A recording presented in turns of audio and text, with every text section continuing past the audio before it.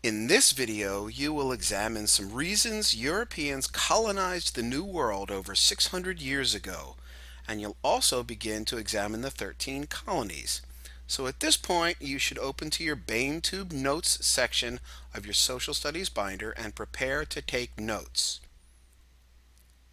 Before we begin the lesson, I'd like to show you how to take notes from a BainTube video.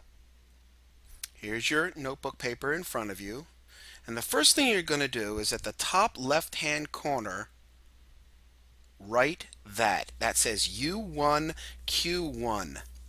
And at the beginning of each section where you take notes on a new BainTube video, you will have something like this. In this case, it stands for Unit 1, Quiz 1. So you know all the notes on this page and in subsequent pages will be on Quiz 1 of Unit 1. And then the next BainTube video will be U1 Q2, and there will be Quiz 2 on that material. And this will keep going until you take the Unit 1 benchmark. And then you'll start again with, can you guess? U2 Q1. Unit 2, Quiz 1, and then you'll take notes from that BainTube video. And that's how you take notes so that it's very efficient and very organized. Once you have U1, Q1, you will draw a box, kind of like this, doesn't need to be perfect. And on these lines, you will take notes on the BainTube video. Make sure and take good notes. This is where the weekly quiz questions will come from.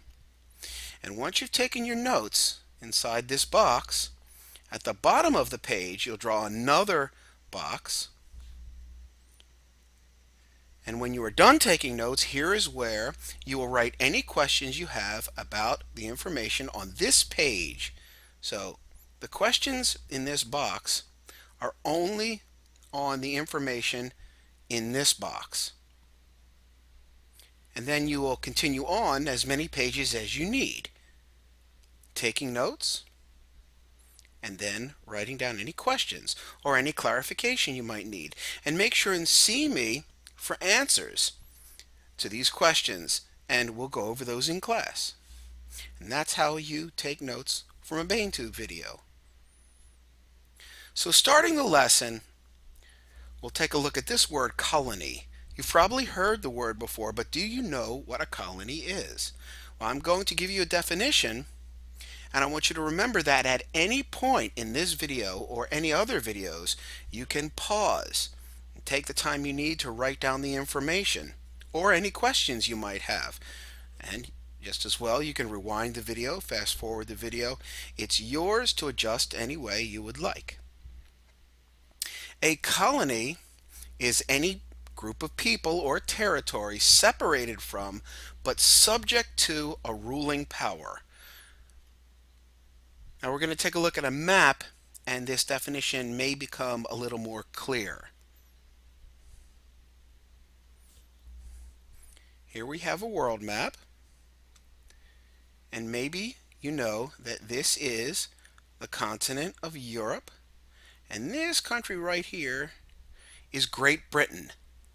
And Great Britain colonized much of the world, and one place they colonized was America.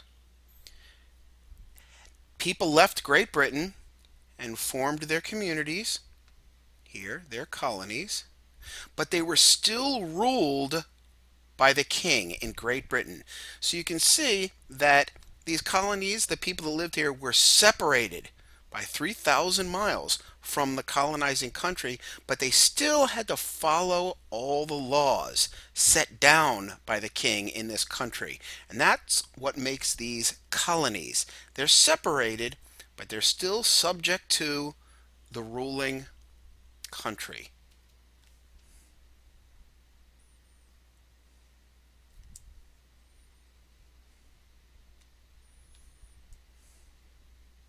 So why colonize in the first place? Why leave a perfectly good country and go somewhere else around the world? Well, there were economic reasons. One being there were raw materials for manufactured goods that could be sold back to Europe. So the British, in this case, colonized much of America and took whatever raw materials they could find out of the ground. That could be gold, silver, iron, coal, and they can sell those things back to Europe in use of manufacturing, and that means any products made in a factory. There were also political reasons to colonize. For example, to spread the government of the original country.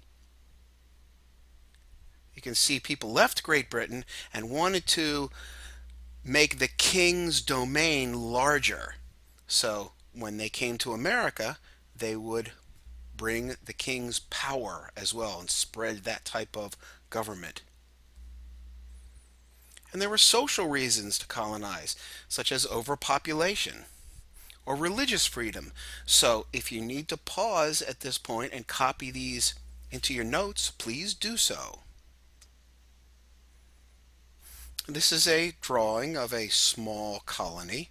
You can see it's really just some houses, maybe a barn, wall to protect the people in the colony, and that's really it.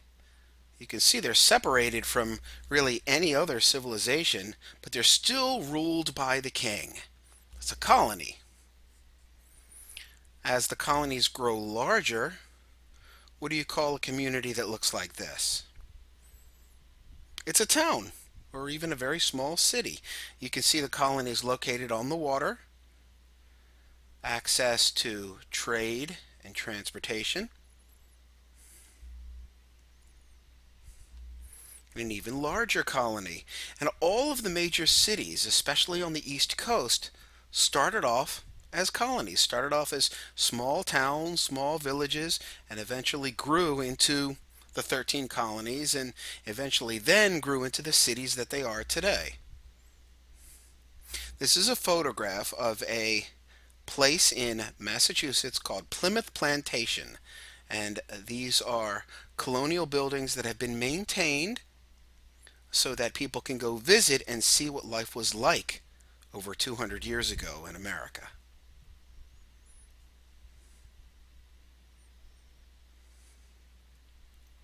So let's begin to compare and contrast the three colonial regions. The 13 colonies were broken up into three regions.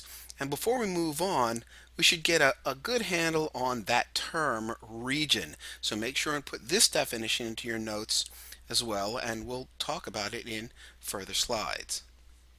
A region is an area with one or more common characteristic or features which make it different from surrounding areas.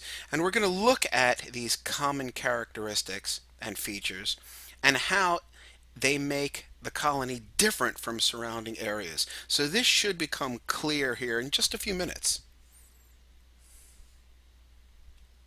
Here's a map of the original 13 colonies. And you can see that they're color coded.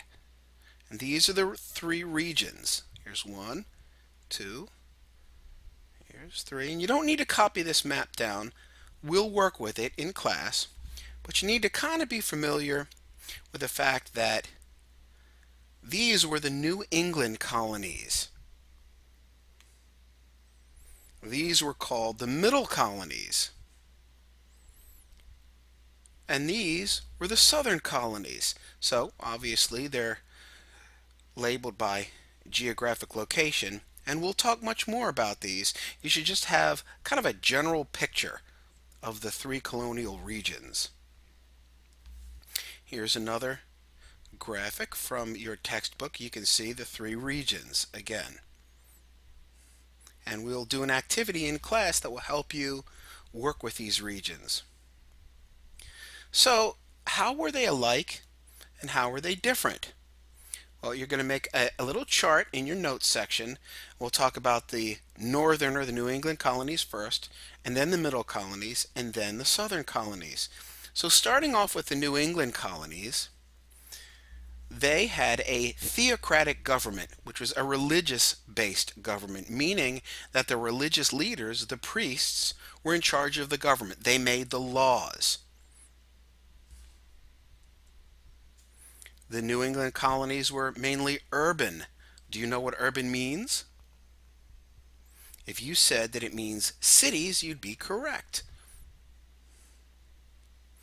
And there were many merchants, fishermen, shipbuilders, and skilled craftsmen in the New England colonies. A merchant is just someone who owns a store or a business. Then a fisherman, shipbuilders, and skilled craftsmen.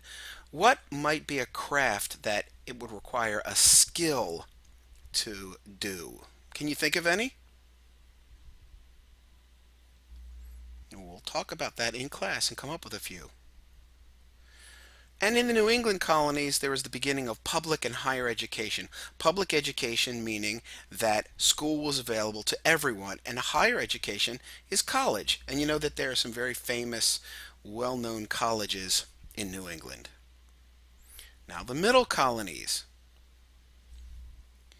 Now, there were many jobs that needed to be done in all of the three regions, but there was so much to do, so many labor needs. Another word for labor needs is just jobs. The growing need for jobs was filled by a group of people known as indentured servants. So the middle colonies, their growing labor needs were filled by indentured servants. And an indentured servant is very similar to a slave, except an indentured servant has a contract. So with a slave, they are enslaved for life, or until their owner frees them, or until they escape. An indentured servant is going to work for whoever holds their contract until the contract is up, and then they're off to go and do their own thing. And we'll talk more about indentured servants coming up soon. The middle colonies were a combination of urban and rural, urban being cities, rural being the country, farmland. And many people came to the middle colonies because of land grants and religious tolerance.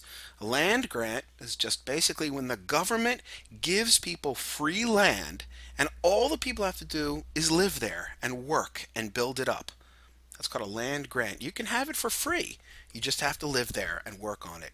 And of course, religious tolerance, meaning that people can practice whatever religion that they want. Lastly, the southern colonies. The climate and the land in the South was very good for farming, and it still is. And maybe you know that their economy was based on slave labor.